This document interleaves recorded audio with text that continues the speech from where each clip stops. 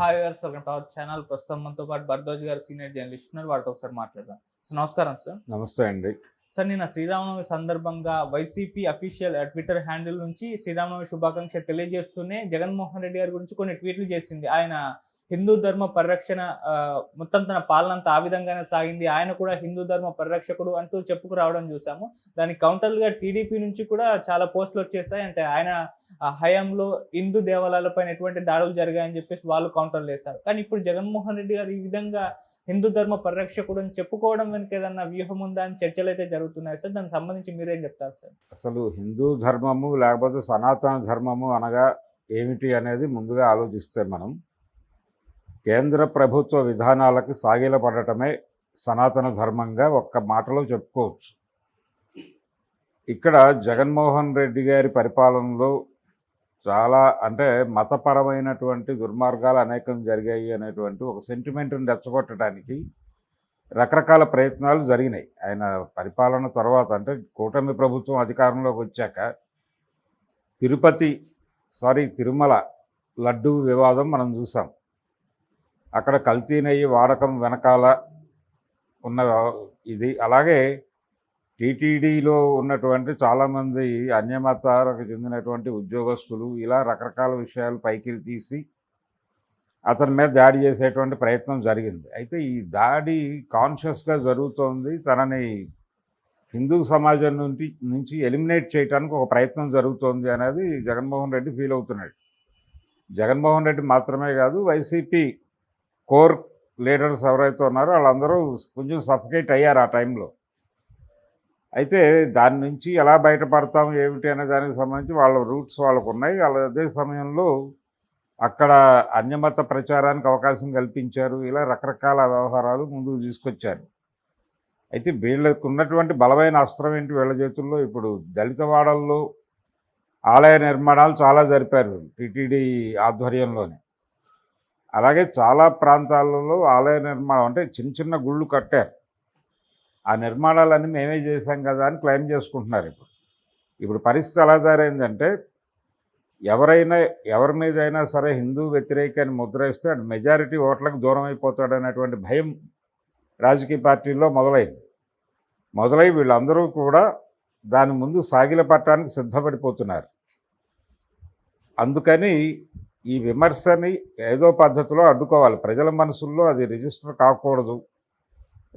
అది ప్రజల మనసుల్లో రిజిస్టర్ అయితే చాలా ఇబ్బందులు వస్తాయి. కాబట్టి టెక్నికల్గా పొలిటికల్గా చాలా సమస్యలు వస్తాయి తను హిందుత్వాన్ని ప్రమోట్ చేయలేదు అంటే.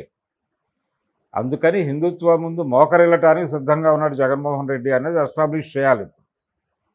మేము ఎందుకు చేయాలి? ఇప్పుడు సనాతన ధర్మం లాంటి అంశం మీద ఉదయనిధి స్టాలిన్ మాట్లాడిన లెవెల్లో ఎందుకు వీళ్ళు మాట్లాడరు అంటే ఇదే ప్రాబ్లం. సనాతన ధర్మం గురించి ఏదన్నా వ్యతిరేకంగానో లేకపోతే మరో విధంగానో మాట్లాడితే, లేదు కుల వ్యవస్థని ప్రశ్నించే ప్రయత్నం చేస్తే వీళ్ళని ఎక్కడ ఉంచాలో అక్కడ ఉంచేటువంటి ప్రయత్నం కేంద్రం నుంచి జరుగుతుంది. దాని నుంచి తప్పించుకోవడం కోసం వీళ్ళు ఈ డొంక తిరుగుడు అంతా తిరుగుతున్నారు. ఎందుకు తెలుగుదేశం గతంలో ఎన్నడూ లేనంతగా హైందవం మాట్లాడుతోంది అంటే తన్ని తాను మోర్ హిందూగా చూపించుకోవడానికి ప్రతి ఒక్కళ్ళు ట్రై చేస్తున్నారు. నా అంత హిందూ లేడు అనే విషయం అనుక్షణం ప్రపంచానికి చెప్పుకోవడానికి ప్రతి రాజకీయ నాయకుడు పడని కష్టం లేదు, వెళ్ళని గుడి లేదు, మొక్కని దేవుడు లేడు. ఇది పరిస్థితి. ఇటువంటి కండిషన్లో జగన్మోహన్ రెడ్డి రాజకీయాల్లో ఉండాలి అనుకుంటే రెండే మార్గాలు. ఒకటేమో జనమార్గాన్ని అనుసరించి నిర్బంధాలను ఎదుర్కొంటూ ప్రభుత్వంతో యుద్ధం చేయటం. ఆ పరిస్థితిలో ఆయన లేడు. ఆయన లొంగుబాటు మార్గాన్ని అనుసరిస్తున్నాడు. ఈ లొంగుబాట మార్గాన్ని అనుసరించినప్పుడు ఖచ్చితంగా తన్ని తాను హిందూ అని కూడా చెప్పుకోక తప్పదు. తన మీద ఆల్రెడీ ఒక బ్రాండ్ ఉంది, బ్రాండ్ వేసేశారు, అయిపోయింది అది. ఆయన క్రైస్తవ అనుయాయి కాబట్టే తిరుమల ఆలయంలో నెయ్యి కల్తీ అయినా పట్టించుకోలేదు అని చెప్పడానికి ఒక అవకాశం దొరికింది అవతల వాళ్ళకి. ఎందుకు కల్తీ చేస్తారండి? ఆ కల్తీని ఎలా ఆమోదిస్తారండి అంటే, లేదండి అసలు ప్రభుత్వ నిర్వాహకుడే అసలు మన మతం కాదు కదా, వాళ్ళకేం పట్టింది ఇదంతా అని మాట్లాడుకోవడానికి చాలా ఈజీగా ఉంటుంది. ఆ ఈజీగా ఉంటుంది మాట్లాడుకోవడానికి అనేదే ఒక అవకాశంగా తీసుకుని తెలుగుదేశం పార్టీ రెచ్చిపోయింది. ప్రతి విషయంలోనూ ఆయన తిరుమల ఎన్నిసార్లు వెళ్ళారు, ఆయన ముఖ్యమంత్రిగా ఉండగా దగ్గర నుంచి ఏ పండగల్లో ఆయన ఎలా వ్యవహరించాడు, ఎప్పుడు పంచె కట్టుకున్నాడు, ఆ పంచె ఎలా కట్టుకున్నాడు, అడ్డపంచె కట్టాడా, మామూలు పంచె కట్టాడా, ఆయన గోచి కట్టాడా, లేకపోతే ఏం చేశాడు,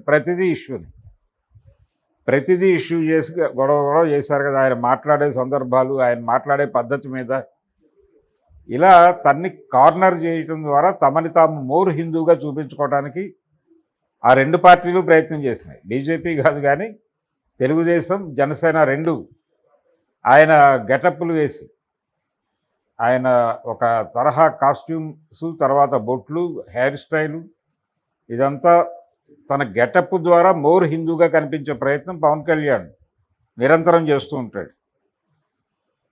సో ఇప్పుడు జగన్మోహన్ రెడ్డి గారు కూడా ఈ ట్వీట్లు అవి చాలదు, ఆయన కూడా దీక్షల్లోకి వచ్చేయాలి.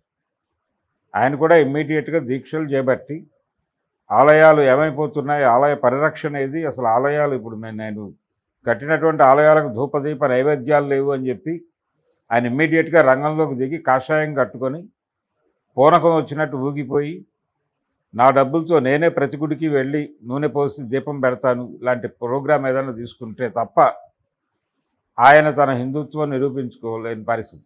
ఇప్పుడు భారత రాజకీయాల్లో మెయిన్ స్ట్రీమ్ పాలిటిక్స్లో ఉండాలంటే ఎవరైనా సరే ముందు తాము హిందూ మత అనుయాయులమని, హిందూ మత అనుకూలురమని ఒక అఫిడవిట్, అంటే బయటకి కనిపించని లిఖితపూర్వకం కానీ ఒక అఫిడవిట్ రాసి ప్రజల మనసుల్లో పెట్టాల్సిన పరిస్థితి కల్పించేశారు. ఈ పరిస్థితి చూసి మైనారిటీలు టెన్షన్లో పడిపోతున్నారు, మైనారిటీల తరఫున మాట్లాడే రాజకీయ నాయకులు టెన్షన్లో పడిపోతున్నారు, వాళ్ళు వచ్చి సరెండర్ అయిపోతున్నారు. మైనారిటీ లీడర్స్ అందరూ సరెండర్ అయ్యి కాంపౌండ్లోనే ఉన్నారుగా ఇప్పుడు దాదాపుగా.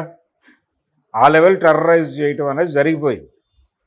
షర్మిల గారు మాట్లాడేశారు చాలా దూకుడుగా, నువ్వు మణిపూర్ అల్లర్ల గురించి ఎందుకు మాట్లాడవు, నువ్వు ఒక క్రైస్తవుడు అయ్యుండి అని. మాట్లాడటానికి ఈయన ఉన్న సమస్య ఈయనకు ఉంది. ఈయన అప్పటికి అధికారంలో ఉన్నాడు, ఆ తర్వాత జరిగే ఎన్నికల్లో గెలవాలి అనుకుంటున్నాడు, గెలవటం కోసం కసరత్తు చేస్తున్నాడు. ఆ టైంలో ఆయన ప్రో క్రిస్టియన్ స్టేట్మెంట్ ఇస్తే ఏమైపోతాడు? ఆ భయం ఉంటుంది కదా సహజంగా. ఆ భయం కల్పించింది ఎవరు? భారతీయ జనతా పార్టీ. దాని మీద నువ్వు మాట్లాడు. ఆయన్ని పర్సనల్గా కార్నర్ చేయటం వల్ల ప్రయోజనం ఏముంది? మీరెందుకు పాస్టర్ గారి మరణంలో అంత సీరియస్ యాక్టివిటీలోకి రాలేదు?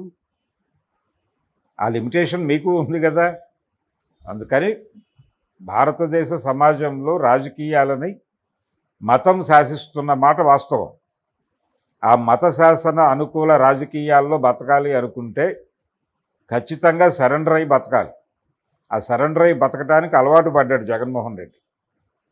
కాబట్టి ఆయన పద్ధతిలో తన్ని తాను మోర్ హిందూగా చెప్పుకోవడానికి ఆయన చెప్పలే, ఆయన పడుతుంటాడు. ఆయన అసలు హిందువే కాదు, ఆయన పరమ దుర్మార్గుడు, హిందూ మతం నాశనం చేశాడని చెప్పడానికి వాళ్ళు అంత తాపత్రయపడతారు. ఇది యుద్ధం. ఎవరు ఆ కాంపౌండ్లో ఉండాలి అనే దగ్గర యుద్ధం. ఇద్దరూ అదే కాంపౌండ్లో ఉండాలనుకుంటున్నారు. ఆ కాంపౌండ్లో నుంచి అతను గెంటేయటం కోసం వాళ్ళ కష్టం, వాళ్ళని గెంటేయటం కోసం ఈయన కష్టం. ఈ పిట్టపోరు ఆ పిల్లి చూస్తూ ఉంటుంది. దానికి అనుకూలమైన పరిస్థితుల్లో ఏ పిట్టను కావాలంటే ఆ పిట్టను దొడ్లో వేసి ఇంకో పిట్టను తినేస్తుంది. అది జరుగుతోంది. ఇది ఒక రకమైన బీజేపీ ఆడుతున్న రాజకీయ క్రీడలో భాగంగా ప్రస్తుతం వాళ్ళు ఎవరికారు అంటే, పాత రోజుల్లో సినిమా పాట ఉండేది, చవటాయను నేను నీకంటే పెద్ద చవటాయను నేను. ఆ లెవెల్లో రెచ్చిపోతున్నారు వీళ్ళిద్దరు.